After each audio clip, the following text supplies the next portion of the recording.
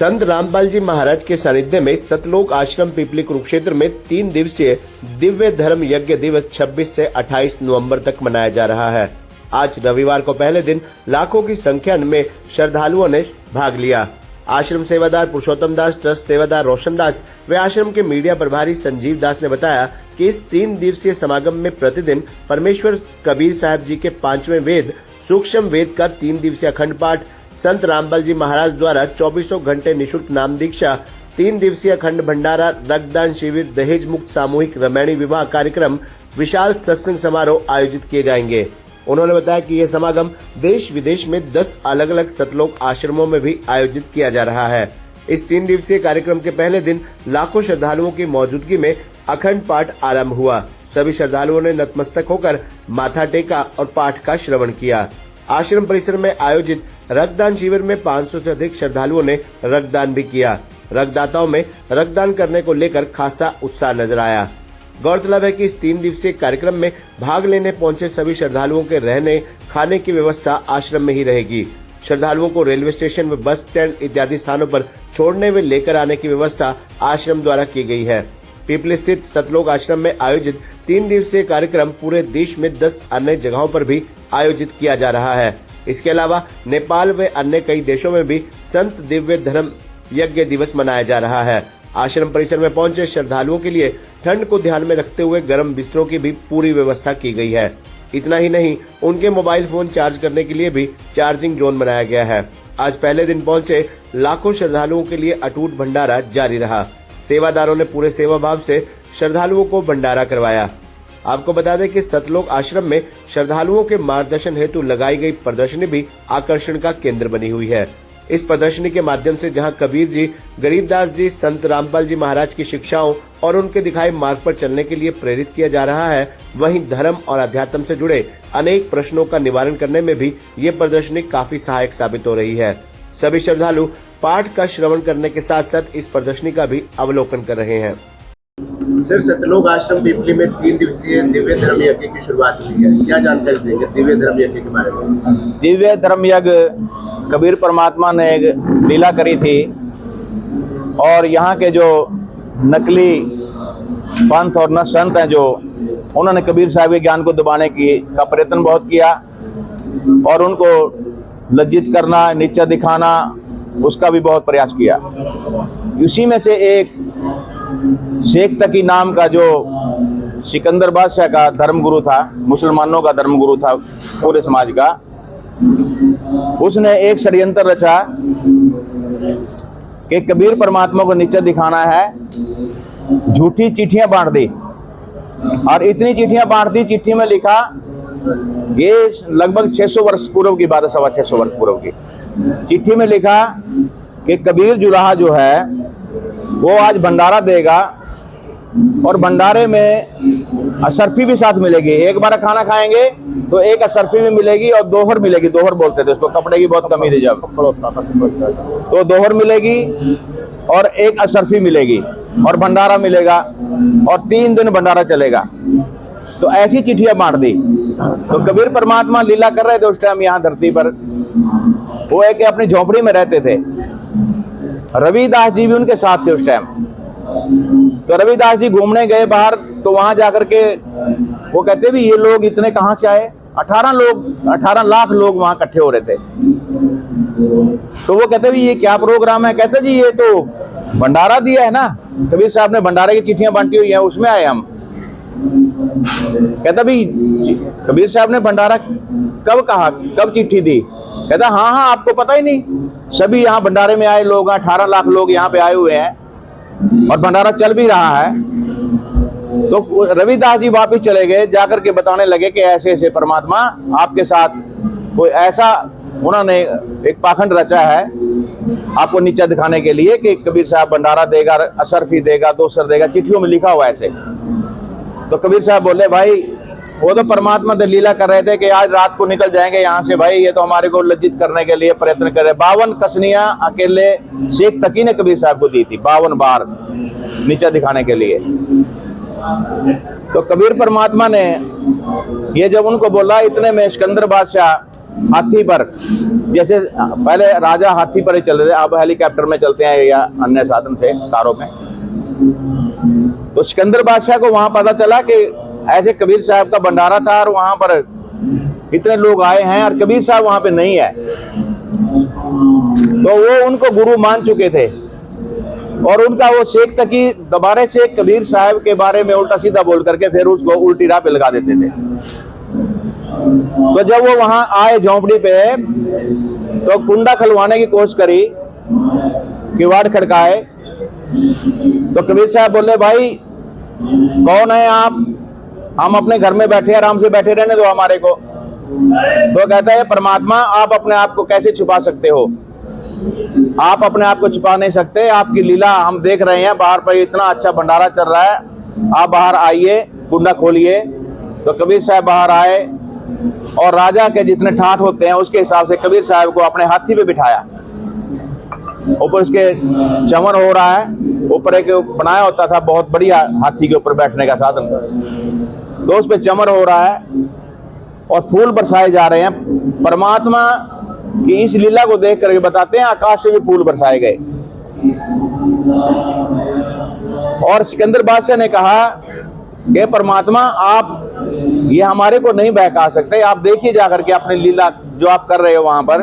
तो वहां पर केशव बंजारा डबल रूप वहां परमात्मा ने किया। केशव बंजारा वहां पर इंतजाम कर रहा है जैसे भंडारे का, और वो पूछते कि भाई कबीर साहब कहाँ हैं? तो वो कहते जी मैं तो उनका छोटा सा नौकर हूँ और मेरी एक सेवा लगी थी, छोटा सा भंडारा एक देना है, तो मैं अपना उसकी ड्यूटी कर रहा हूँ। कबीर साहब अपनी झोंपड़ी में है। तो कबीर साहब जब वहां आए, आकर के आमने सामने बैठे, तो वहां पर जो केशव आया है, बंजारा केशव आया है, 9 लाख बॉडी भरी विशंबर दिया कबीर भंडारा केशव आया, ये शब्द है हमारा। तो 9 लाख बैल सतलोक से चल करके आए और उन पर सारे खाने भंडारा, मतलब हर जो भी जिसको जो चाहिए, खीर, हलवा, पूड़ी, कचौड़ी, जलेबी, लड्डू, जो भी सब चल रहा है। तो कबीर परमात्मा ने वहां आकर के केशव बंजारा सामने बैठा है, सवाल जवाब किए, सत्संग किया। बोलते हैं कि पूरा दिन सत्संग हुआ। तो वो परमात्मा को बोलते रहे, आप ऐसे गंदे लोक में यहाँ फंसे हो आकर के, यार ये लोग मानते नहीं है आपकी। केशव बंजारा ये सवाल कर रहा है, कबीर साहब जवाब दे रहे हैं। ऐसे करते करते पूरे ज्ञान चर्चा हुई और ये लीला परमात्मा ने की। वैसे तो बहुत बड़ा है ये जो प्रसंग है, लेकिन आपको थोड़े में ही बताने में ज्यादा फायदा है।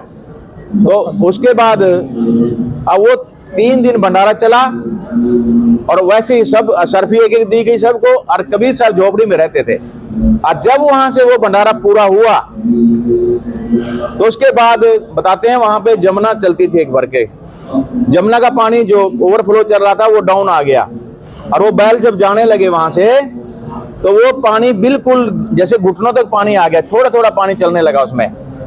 और वो बताते हैं 9 लाख की तो कई किलोमीटर की लाइन लग जाती है 9 लाख बैलों की, और बताते हैं वो बैल आगे कोई नजर नहीं आया, आगे कोई नजर नहीं आया। और वहां सब ने महिमा गाई कबीर परमात्मा की, एक शेख तकी को छोड़ करके। कहता है ऐसे ऐसे हम बहुत भंडारे कर दें, क्या कर दिया, बहुत बड़ा थोड़ा कर कुछ कर दिया। तो शेख तकी जो मुसलमानों का धार्मिक गुरु था, उसने मतलब कबीर परमात्मा को नीचा दिखाने के लिए बहुत सी ऐसी कोशिशें करी, लेकिन परमात्मा कभी ना मरे, उनको मारने की कोशिश भी करी और भी बहुत यातना दी। वो परमात्मा कहते हैं कि मेरे बच्चे हैं सारे, जैसे एक पिता का बच्चा शराबी हो और वो बाप को पीट भी देता है, गालियां भी निकाल देता है, लेकिन बाप। संजीव जी, सतलोक आश्रम में 3 दिवसीय समागम आज से आरंभ हुआ है। इन 3 दिनों में क्या क्या कार्यक्रम आयोजित होंगे और कहाँ से श्रद्धालु पहुँचे? जी, ये 3 दिवसीय जो कार्यक्रम आज जिसका आरंभ हुआ है, इन 3 दिनों में संत गरीबदास जी महाराज जी की अमृतमयी वाणी का पाठ चलेगा। और जो श्रद्धालुओं की बात करें तो हरियाणा के 6 जिलों से यहाँ पर संगत आई हुई है, करनाल, कैथल, कुरुक्षेत्र, यमुनानगर, अम्बाला और पंचकुला से।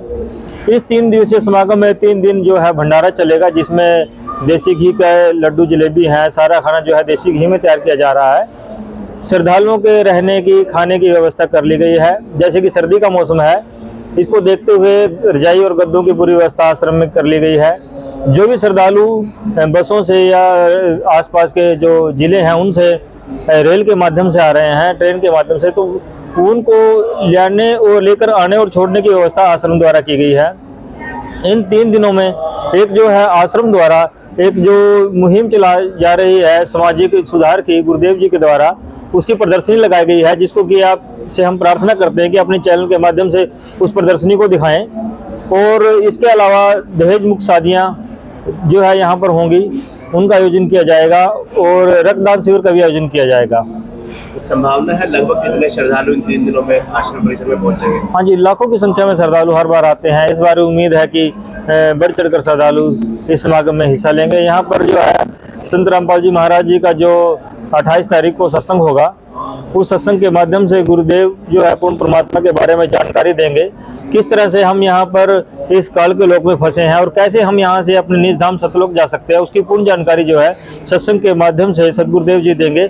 यहाँ पर नाम दीक्षा का जो है निःशुल्क दी जाती है। जो भी श्रद्धालु यहाँ पर आकर नाम दीक्षा लेना चाहे वो नाम दीक्षा ग्रहण कर सकते हैं, सत्संग सुन सकते हैं और भंडारे का लाभ उठाएं। अगले 2 दिन में भी और कहीं से श्रद्धालु आएंगे? जी, श्रद्धालु हरियाणा से ही आएंगे, जो हमारे 6 जिले हैं इनसे आते रहे। 3 दिवसीय कार्यक्रम कुरुक्षेत्र में आयोजित हो रहा है, क्या देश में विदेश में अन्य स्थानों पर भी कार्यक्रम आयोजित हो रहे हैं? हाँ जी, इस तरह से ही हरियाणा में 9 जगह पर, जिसमें कि हम हरियाणा नहीं पूरे भारत में 9 जगह पर, हरियाणा में जिसमें 3 आश्रम है, एक भिवानी है, एक धनाना धाम है, एक कुरुक्षेत्र आश्रम है। ऐसे ही जो पंजाब में धुरी आश्रम है, 2 जगह है, खुमाणु आश्रम है। इस तरह नेपाल में भी धनुषा आश्रम है, तो राजस्थान में सोजत आश्रम है, एमपी में इंदौर है। इस तरह से कुल 10 जगहों पर इसी तरह से 3 दिवसीय भंडारे का समागम, हाँ जी, देश विदेश में पूरे जो है आयोजन किया गया है और सभी को निमंत्रण दिया गया है। संजीव जी, लाखों श्रद्धालु यहाँ पर 3 दिवस में पहुंचेंगे, तो उनको मैनेज कैसे किया जाता है? क्या की मदद दी जाती है, या ये जो श्रद्धालु है ये खुद ही सेवादार बनकर सेवा निभाते हैं? गद्दों की सेवा है, कपड़ों की सेवा है, हर चीज की सेवा है, जल की सेवा, तो कैसे मैनेज करें? ये जो सभी सेवाएं हैं इनको अलग अलग तरह से जो है एक टीम बनाकर उनको वितरित कर दी गई है। जैसे डिस्ट्रिक्ट वाइज सेवा है, या श्रद्धालु जो भी देखता है कि यहाँ पर सेवा, वो उनके अंदर गुरु सदगुरुदेव जी के ज्ञान से इतनी सेवा भावना है कि वो स्वयं ही सेवा में लग जाते हैं। और यहाँ पर आप देख रहे हैं कि कहीं पर अगर हजारों की संख्या में भी लोग इकट्ठा हुए हैं तो पुलिस प्रशासन की जो है मदद लेनी पड़ती है, बहुत मशक्कत करनी पड़ती है व्यवस्था बनाने के लिए। लेकिन यहाँ पर लाखों की संख्या में श्रद्धालु आते हैं तो इस तरह की कोई भी परेशानी नहीं होती। सभी अपने आप पूर्ण व्यवस्थित तरीके से सभी भंडारा ग्रहण करते हैं, सत्संग श्रवण करते हैं जी। ये सब सतगुरुदेव जी के दिए ज्ञान के कारण है, उनकी शिक्षाओं के कारण है जी। अच्छा है।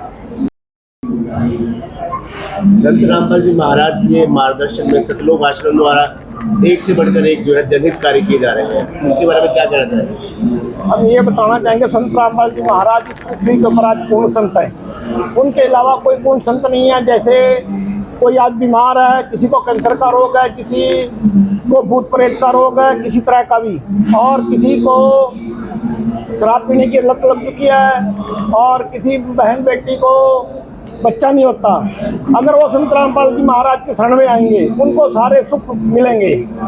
जैसे ये जो भंडारा दिया जा रहा है, उस समय भी कुछ नकली धर्मगुरुओं ने कबीर साहब के खिलाफ बहुत सी झूठी चिट्ठियाँ लिख दी थी, और उसके बदले में लाखों लोग वहाँ आए थे। और उन्होंने जब कबीर साहब को पता चला भी मेरे खिलाफ ऐसी चिट्ठियाँ लिखी हैं, फिर सतलोक से सारा भंडारा मंगाया था। और जैसे ये धर्म यज्ञ चल रहा, ऐसे उस समय ये परमात्मा ने 3 दिन के लिए करके दिखाया था, और 3 दिन ही अब चलेगा। ये हर बार जब पूर्ण संत आते हैं उनका विरोध होता ही होता है।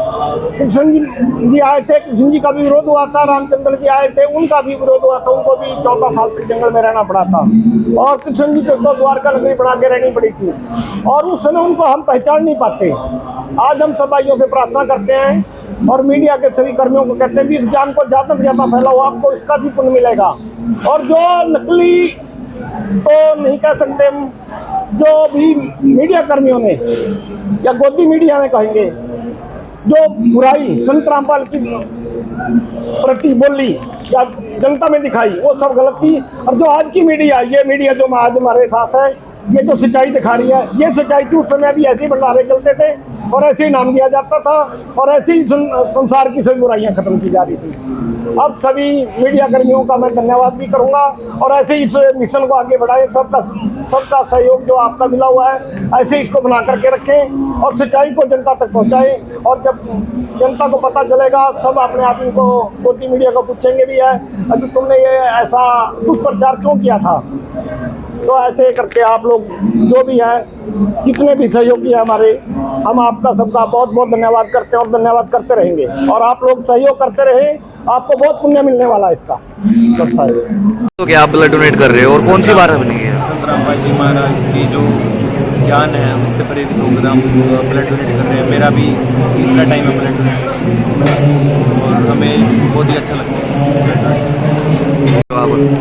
ये तीसरी चौथी बार कर रहे हैं। किन से प्रेरित हो गया आप ब्लड डोनेट कर रहे हो?